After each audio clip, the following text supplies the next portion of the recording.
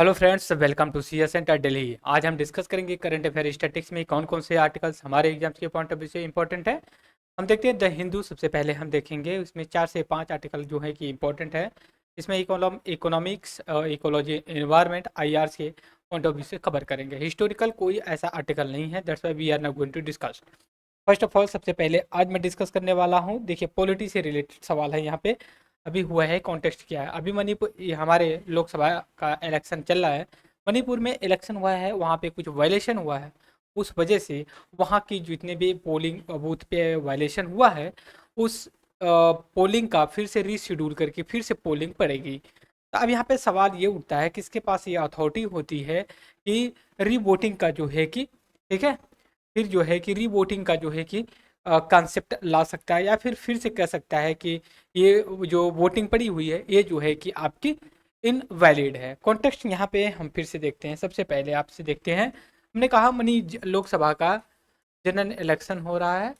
मणिपुर में कुछ वायलेशन हुआ है और वहाँ पे जो कि रीवोटिंग का, ठीक है, रीवोटिंग का कॉन्सेप्ट लाया जाएगा। रीवोटिंग का मतलब दोबारा वोटिंग किया जाएगा।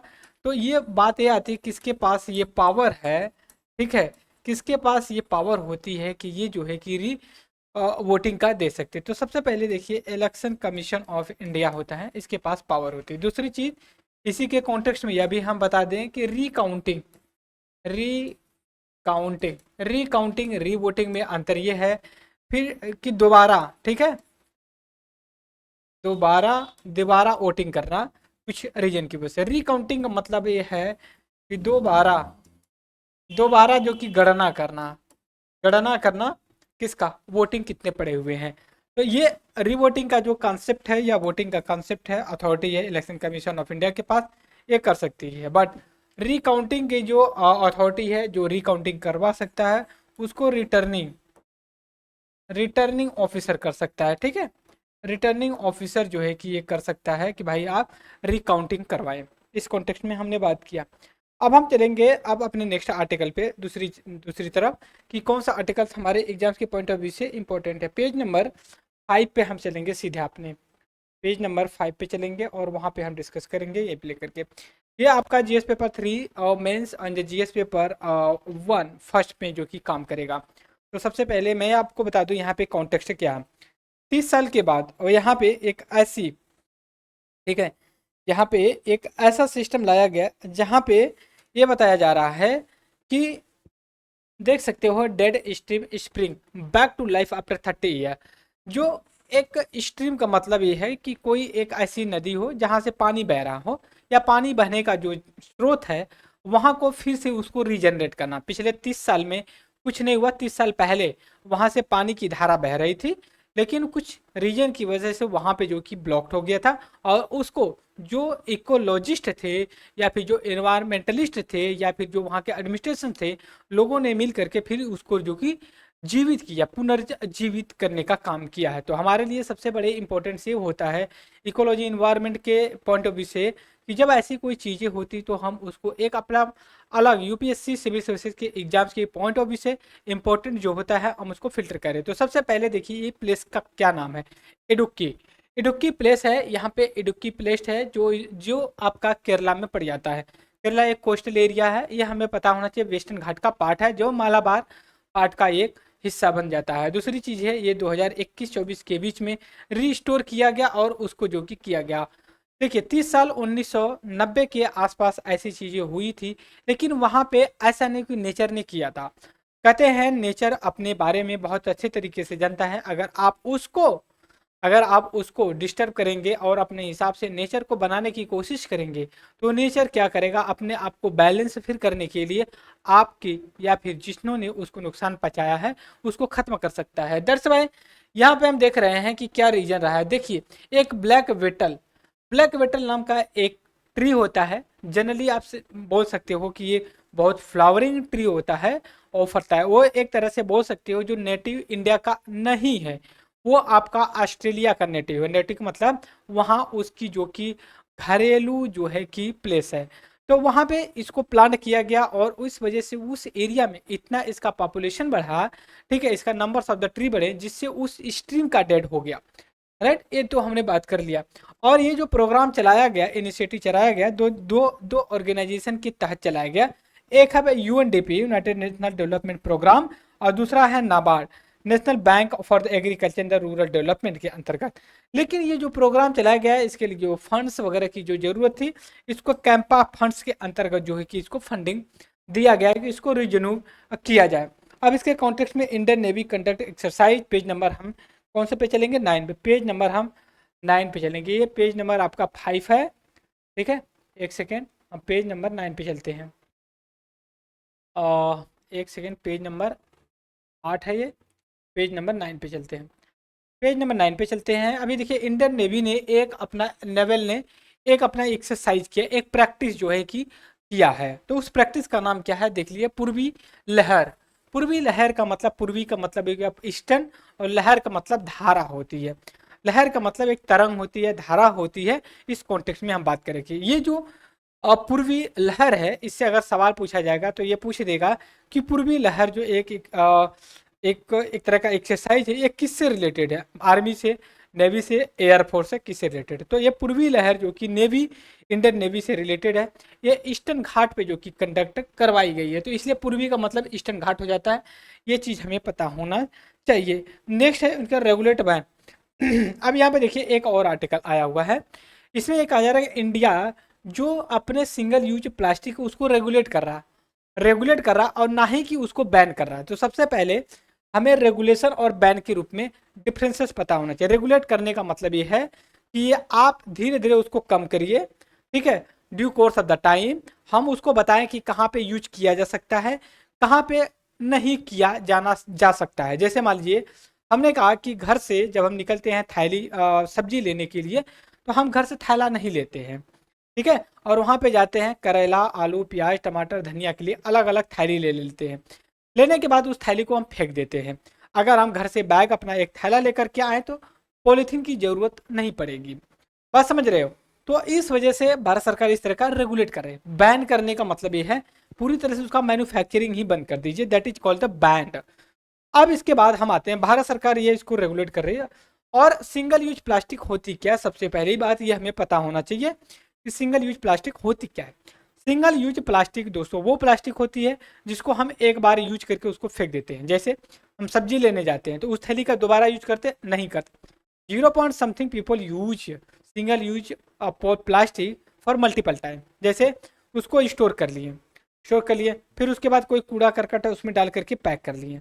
बात समझिए। लेकिन दो से ज़्यादा बार उसको यूज नहीं किया जाता, क्योंकि उसकी लाइफ भी एक से ज़्यादा बार की नहीं होती है, ठीक है। तो इसलिए सिंगल यूज प्लास्टिक का मतलब यही है कि एक बार यूज किए फिर उसका यूज नहीं होता। दूध की थैली होती है, और फिर उसके बाद कुछ जो होते हैं आपका चिप्स, कुरकुरे, टेढ़ा मेढ़ा जो भी होता है, उसका भी ये प्लास्टिक है, उसका सिंगल यूज ही होता है, उसका डबल यूज नहीं करते हैं। तो अभी कॉन्टेक्स्ट क्या है, अभी हाल ही में ये बताया जा रहा है कि आने वाले कुछ ही समय में एक कॉन्फ्रेंस होने वाला है, किसके कॉन्टेक्स्ट में, सिंगल यूज प्लास्टिक के कॉन्टेक्स्ट में। उसमें 192 कंट्री अप्रॉक्सीमेटली पार्टिसिपेट करेंगे। और ये जो ऑर्गेनाइजेशन होगा, ये जो मीटिंग होगी, ये आपका टोरंटो कनाडा में पड़ता है, वहाँ पे होगा। तो अब सवाल क्या बन जाता है, टोरंटो किस देश में पड़ता है, तो कनाडा में पड़ता है। कनाडा कहाँ पे है आपका, ये हमें पता होना चाहिए कि नॉर्थ अमेरिका में पड़ जाता है, ठीक है। तो ये चीज़ हमें यहाँ पे डिस्कस किया। अब इसके बाद हम चलेंगे सिंगल यूज प्लास्टिक के बाद चलेंगे हम ग्लाइसेमिक इंडेक्स, पेज नंबर 11 पे चलेंगे हम सीधे, पेज नंबर 11 पे चलेंगे सीधे, पेज नंबर 11। एक सेकेंड, पेज नंबर 11, हाँ ओके। मैं पेज नंबर 11 पे चलते हैं हम। यहाँ पे देखिए कुछ बातें करेंगे हम आपसे रिलेटेड। देखिए, जब हम कोई फूड खाते हैं उसमें कुछ न कुछ एलिमेंट्स होते हैं। जैसे चावल होता है तो हमें ये कहा जाता है कि पॉलिश चावल को नहीं खाना चाहिए, उससे विटामिन ए सी डिक्रीज होगा और उससे आपको कुछ डिजीज हो सकती है। तो वैसे ही जो भी फूड्स होते हैं उनका एक नंबर ऑफ द क्वांटिटी हमें यूज करना चाहिए। तो यहाँ पे ये बताया जाता है जो glycemic index of the diet का important beyond the diabetic control, ठीक है।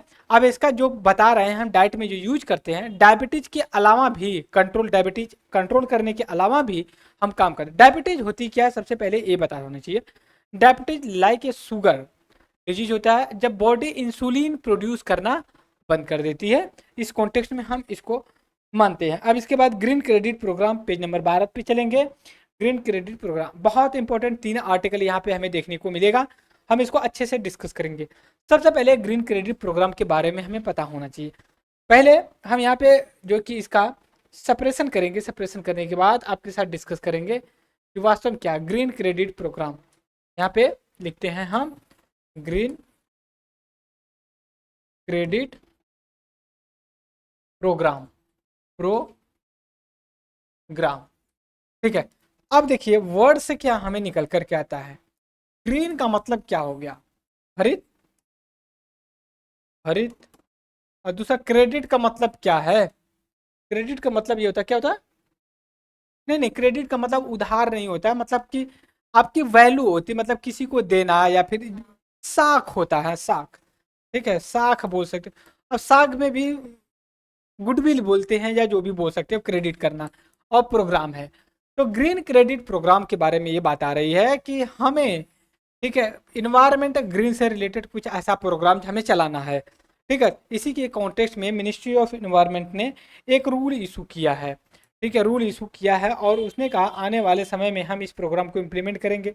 और ये जो ग्रीन क्रेडिट प्रोग्राम है, इसको ऑफिशियली जो कि अक्टूबर 2023 में लॉन्च किया गया था। और यह एक प्रिंसिपल पे आधारित है। वो प्रिंसिपल कौन सा, अ लाइफ, ठीक है, life style of ecology environment, मतलब इकोलॉजी इन्वायरमेंट से रिलेटेड आपकी लाइफ स्टाइल होनी चाहिए।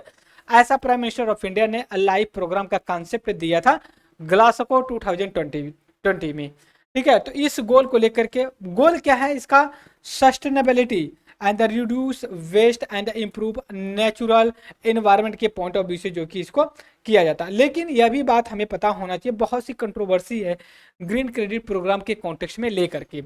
आप देखिए क्या है, जैसे मान लीजिए मैं यहाँ पे थोड़ा सा और आपको ब्रीफ में समझा रहा हूँ। जैसे मान लीजिए कि आपने आपने जो कि अपने घर पे सोलार पैनल लगा दिया, सोलार पैनल पैनल लगाया, और आप ये जो है कि आपका 300 यूनिट जो कि प्रोड्यूस कर रही है इलेक्ट्रिसिटी।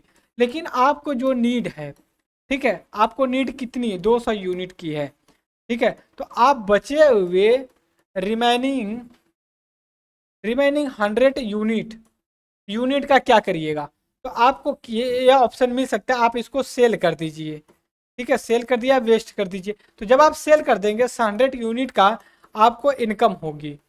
तो इससे क्या है, आप एक तरह से आपको क्रेडिट मिला ना, भैया हमने ऐसा काम किया और हमें क्रेडिट मिला, तो इससे आपको क्या होगा, इनकम होगा। तो वैसे ही ये बात की जा रही है क्रेडिट को लेकर, ग्रीन क्रेडिट प्रोग्राम को लेकर के, ठीक है, ग्रीन क्रेडिट प्रोग्राम को लेकर के ये बातें की जा रही।